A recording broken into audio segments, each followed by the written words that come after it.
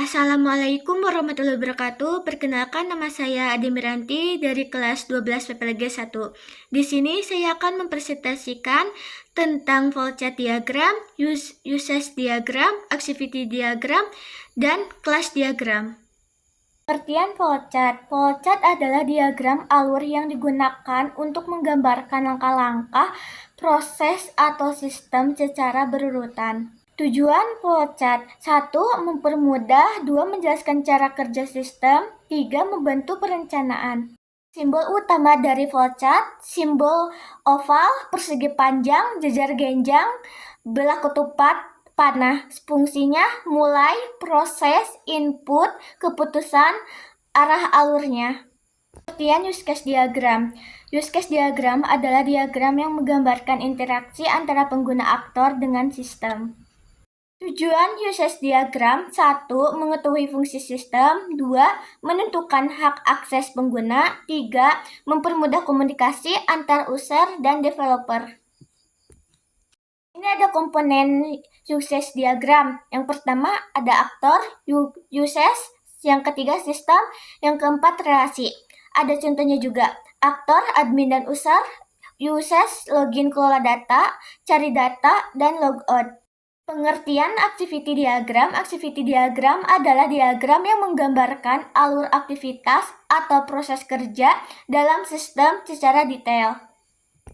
Tujuan activity diagram: 1.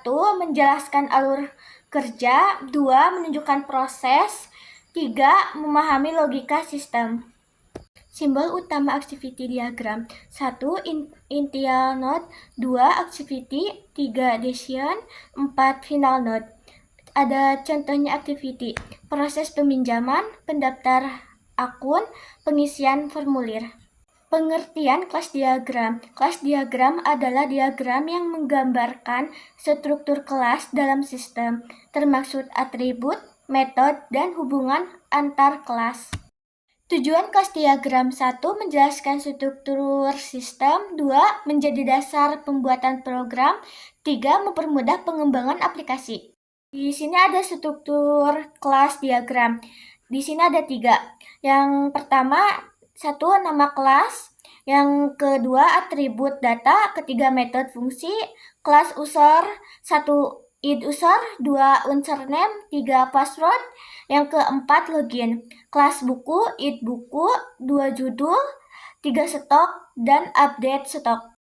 Kesimpulannya adalah keempat diagram ini saling melengkapi dalam perancangan sistem.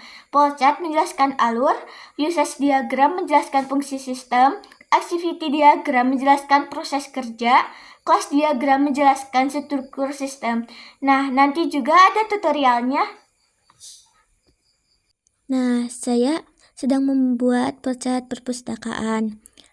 Nah, mulai dari start, sudah punya akun, tidak, daftar, masukkan nama email, password, data valid, tidak, simpan akun, tampilkan login, masukkan username dan password salah, halaman utama, data buku, cari buku, kesediaan buku, buku tidak tersedia, tidak, kesediaan buku, halaman pinjam buku, ya, pinjam buku, ya, tidak, pinjam buku, data disimpan, ya, laporan pinjam buku, pengembalian buku, bayar denda, ya, laporan pengembalian buku, terus add. Nah, di sini saya akan membuat sistem perpustakaan anggota, daftar akun, login, cari buku, pinjam buku, kembalikan buku, bayar denda. Petugas mengolah data, menyetujui peminjaman, laporan peminjaman, laporan pengembalian. Kepala perpustakaan melihat laporan keseluruhan, menerima data. Nah, saya juga akan membuat activity diagram. Ada kepala perpus, sistem, anggota. Login ke sistem, menampilkan dashboard kepala perpus. Lihat data anggota, menampilkan data anggota. Kelola data anggota, buka kurung, tambah, edit, hapus, tutup kurung. Memproses pengelolaan data anggota berhasil dikelola.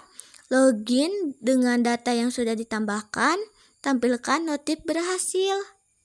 Nah, saya juga akan membuat kelas diagram. Di sini ada user, atribut, id user, unsur nama, password, role, metode, login, logout, anggota, atribut, no identitas, status aktif, metode, cari buku, pinjam buku, kembali buku, lihat riwayat, peminjaman, atribut, peminjaman, tanggal peminjam, deadline, tanggal kembali, status, buku, atribut, buku, judul, penulis, kategori, stok, status, metode, cek ketersediaan, update status, denda, atribut, denda, jumlah denda, status bayar, metode, hitung denda, bayar denda, petugas, atribut, petugas, metode, kelola buku, verifikasi peminjaman, verifikasi pengembalian, kelola anggota, hitung denda, laporan, atribut, laporan, jenis laporan, tanggal, metode, generate laporan, cetak laporan, kepala perpustakaan, metode, lihat laporan,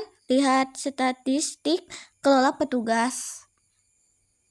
Itu hasilnya. Cukup sekian presentasi dari saya. Wassalamualaikum warahmatullahi wabarakatuh.